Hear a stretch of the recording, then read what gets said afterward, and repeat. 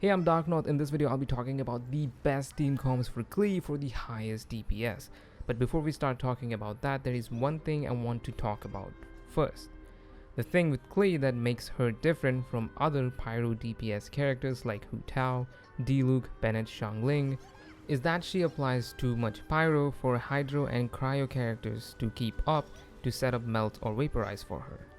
This is the same case with Tartaglia, who applies so much Hydro that no Pyro sub DPS can keep up to make his auto attacks in his melee stance vaporize consistently.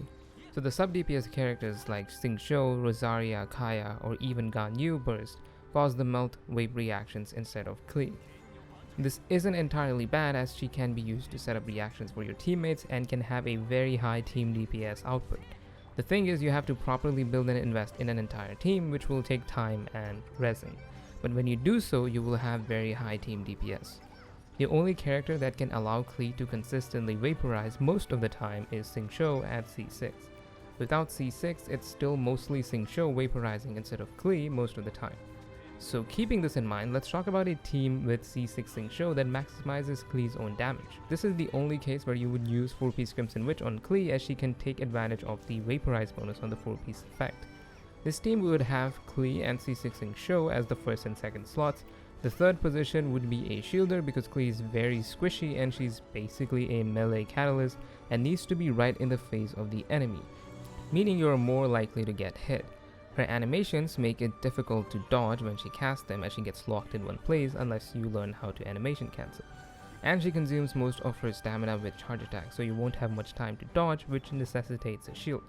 The less time you spend dodging, the more time you spend hitting the enemy and doing more damage. But hey, if you can just dodge and want to do that, then go ahead and don't use a shielder. Best options for shielder supports are Zhongli and Diona. Zhongli shreds all resistance, gives a shield, drops a meatball that does big number, and Diona gives you a shield, healing, gives elemental mastery at C6, which is nice, and can enable a few melts here and there. The fourth position can be Bennett as an attack buffer and pyro resonance and healing, or it can be Mona as well, as she works really well with her.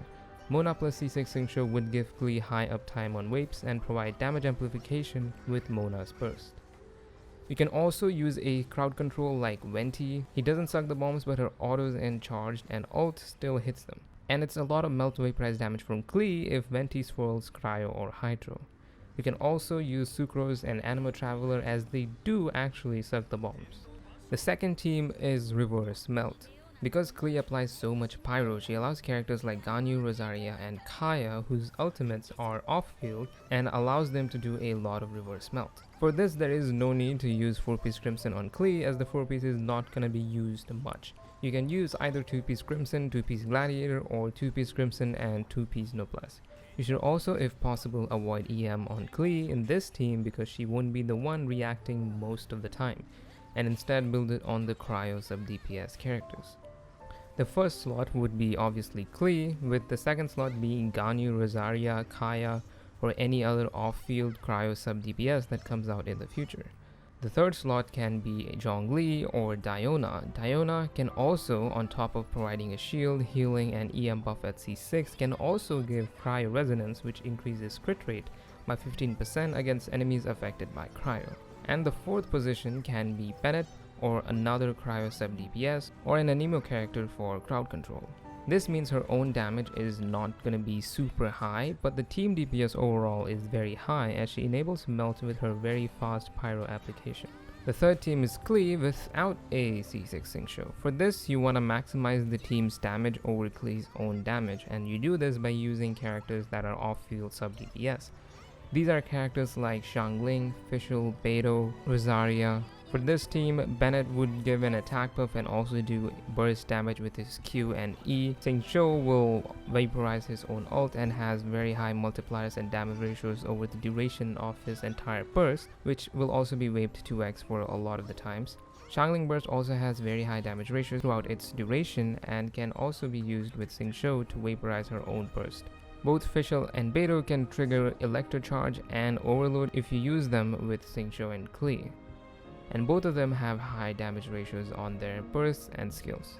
That's it with this video. If you found it helpful or enjoyed it, consider liking the video and subscribe for more.